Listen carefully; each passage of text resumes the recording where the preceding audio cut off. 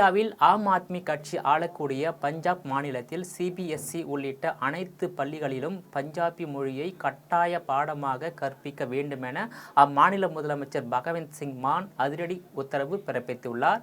CBSE தேர்வின் வரைவு திட்டத்தில் இருந்து பஞ்சாபி மொழி நீக்கப்பட்டது சர்ச்சையை கிளப்பியுள்ள நிலையில் அம்மாநில அரசு இந்த உத்தரவை பிறப்பித்துள்ளது குறித்து விரிவாக பார்க்கலாம். 2025-2026 கல்வியாண்டு முதல் சிபிஎஸ்இ, ஐசிஎஸ்இ, ஐபி மற்றும் பிற வாரிய இணைப்பு பள்ளிகளில் 1ஆம் வகுப்பு முதல் 10ஆம் வகுப்பு வரையிலான மாணவர்களுக்கு தெலுங்கு மொழியை கட்டாய பாடமாக கற்பிக்க தெலுங்கானா அரசு உத்தரவு பிறப்பித்திருந்தது குறிப்பிடத்தக்கதாகும். இந்திய அரசின் கல்வி திட்டத்தில் சிபிஎஸ்இ, ஐசிஎஸ்இ பாடத்திட்டம் உள்ள பள்ளிகளை எல்லா மாநிலங்களிலும் பொது பள்ளிகளாகவும் தனியார் பள்ளிகளாக நிறுவி வருகிறது. அந்தந்த மாநில மொழிகளை ஏற்காமல் ஆங்கில வழி கல்வியாகவும் 2ஆம் மொழியாக இந்தி மொழியையும் பாடத்திட்டமாக கொண்டு நடைபெற்று வருகிறது. அனைவருக்கும் வணக்கம். இன்று செய்தித்தாளில் தெலுங்கானா மாநிலத்தில் உள்ள சிபிஎஸ்இ, ஐசிஎஸ்இ பாடத்திட்டத்தில் உள்ள பள்ளிகளில் கட்டாயம் தெலுங்கை ஒரு மொழிப்பாடமாக கற்றுத்தர வேண்டும் என்று அரசு ஆணை வெளிவந்துள்ளது. ஏற்கனவே 2018ஆம் ஆண்டு முதல் 6ஆம் வகுப்பு முதல் 8ஆம் வகுப்பு வரை இந்த பாடத்தை கட்டாயம் கற்றுத்தரப்பட வேண்டும் என்று அரசாணை உள்ளது. ஆனால் நடைமுறைக்கு வரவில்லை என்று ரேவந்த் ரெட்டி சொல்லியிருக்கிறார்.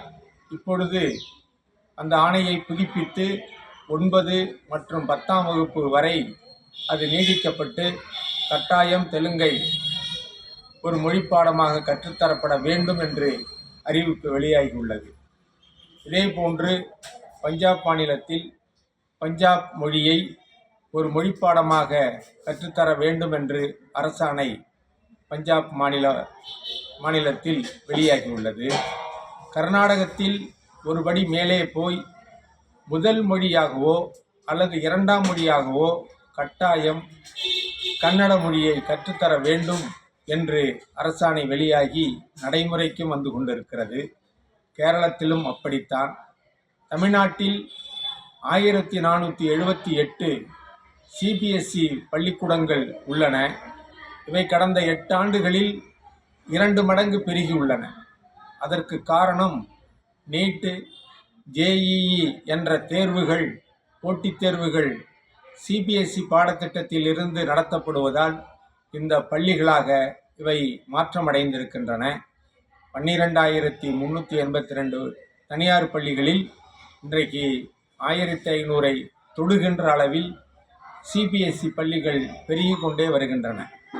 மாநில அரசு மேற்கண்ட பள்ளிகள் நடத்துவதற்கு ஒப்புதல் அளித்தால்தான் சிபிஎஸ்இ பாடத்திட்டம் பள்ளிகள் நடத்த முடியும். மாநில மொழியை பாடத்திட்டத்தில் சேர்க்க இந்த வாய்ப்பை பயன்படுத்தி கர்நாடகம் கன்னட மொழியை முதல் மொழியாகவோ 2ஆம் மொழியாகவோ கற்றுத்தர வேண்டும் என அரசாணை வெளியிட்டு நிறைவேற்றி உள்ளது. தேசிய கல்விக் கொள்கை 2020 படி அந்தந்த மாநில மொழிகளில், அதாவது அட்டவணையில் உள்ள 22 மொழிகளிலும் தொடக்கப்பள்ளி கற்றுத்தர வேண்டும் என்பதை கருத்தில் கொண்டு மாநில மொழிகளில் பாடம் தயாரித்து பள்ளிகளுக்கு கொடுக்க இருப்பதாக சிபிஎஸ்இ பாடத்திட்ட இயக்குனர் ஜோசப் இமானுவேல் அண்மையில் அறிவித்துள்ளார்.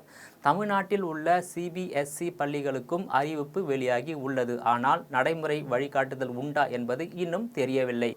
இந்நிலையில் பஞ்சாப் மாநிலத்தில் உள்ள அனைத்து பள்ளிகளிலும் மாநிலத்தின் தாய்மொழியான பஞ்சாபி மொழியை கட்டாயம் கற்பிக்கப்பட வேண்டும் என அரசாணை வெளியிட்டு உள்ளது. அதேபோல் தெலுங்கானாவில் சிபிஎஸ்இ, ஐசிஎஸ்இ உள்ளிட்ட அனைத்து பாடத்திட்டங்களிலும் 9 மற்றும் 10ஆம் வகுப்புகளுக்கு தெலுங்கு மொழியை ஒரு பாடமாக கட்டாயம் கற்றுத்தர வேண்டும் என தெலுங்கானா மாநில அரசு ஆணை பிறப்பித்து உள்ளது. கர்நாடகாவிலும் கன்னட மொழி கட்டாயம் கற்க வேண்டும் என அம்மாநில அரசு அறிவித்து உள்ளது. 10ஆம் வகுப்பு வரை அனைத்து விதமான மாநில, மத்திய, சர்வதேச கல்வி வாரியங்களின் பள்ளிகளில் கன்னட மொழியை கட்டாயமாக்கி இருந்தது குறிப்பிடத்தக்கது. குறிப்பாக தமிழ்நாட்டில் சற்றப்ப 1500 சிபிஎஸ்இ பள்ளிகள் உள்ளன. இவை கடந்த 8 ஆண்டுகளில் 2 மடங்காக பெருகியுள்ளன. அதற்கு முதல் காரணம் நீட், ஜேஇஇ என்னும் போட்டித் தேர்வுகளை சிபிஎஸ்இ பாடத்திட்டத்தின் வழியிலேயே நடத்தப்படுவதால் தான் பெருகி வருவதை காண்கிறோம் என தமிழ் விடுதலை இயக்கத்தின் நிர்வாகி சிவ காளிதாசன் தெரிவித்துள்ளார்.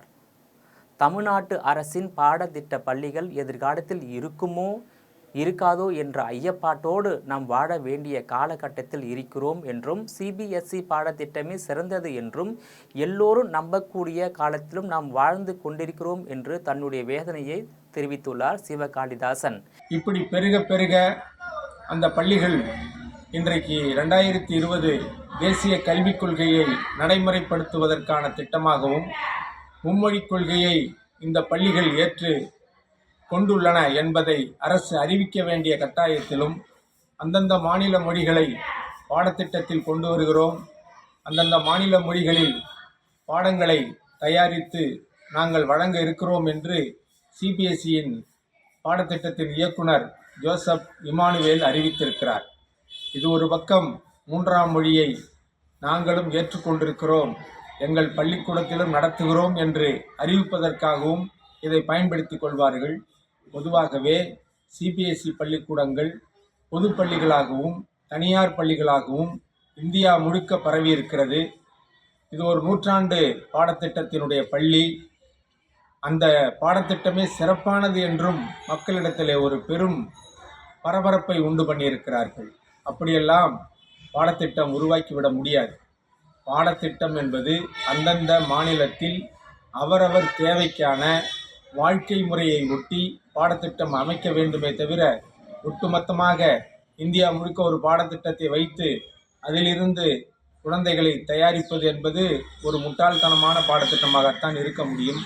அப்படிப்பட்ட சிபிஎஸ்இ பள்ளிக்கூடங்களில் தமிழ்நாட்டு அரசு உண்மையாகவே அவர்கள் என்ன செய்திருக்க வேண்டும் என்றால், கட்டாயம் தமிழை ஒரு மொழிப்பாடமாக கற்றுத்தருவதற்கு இவர்கள் அரசாணை போட்டு அதை நடைமுறைப்படுத்துவதற்கும் வழிகாட்டுவதற்கும் செயல்பட்டிருக்க வேண்டும்.